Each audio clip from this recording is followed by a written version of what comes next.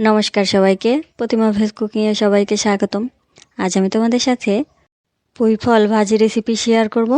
পুঁই ফলগুলো পরিষ্কার করে বেছে ধুয়ে নিয়েছি, আর সাথে আলু কেটে নিয়েছি।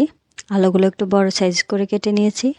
এবার ফোড়ন দিয়ে দেব সয়াবিন তেল, শুকনো মরিচ, জিরা।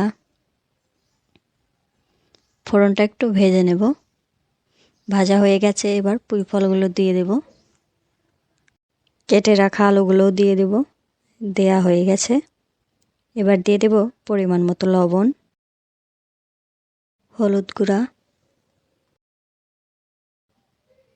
এবার ভালো করে মিশিয়ে নেব। আলুটা একটু মোটা মোটা করে কেটেছি, কারণ পুঁই ফলগুলো হতে একটু টাইম লাগবে। আলুটা ছোট করে দিলে বেশি গলে যেত। এবার দিয়ে দেব কাঁচামরিচ। কাঁচামরিচ দেওয়া হয়ে গেছে, মিশিয়ে নেব। মিশিয়ে নেওয়া হয়ে গেছে।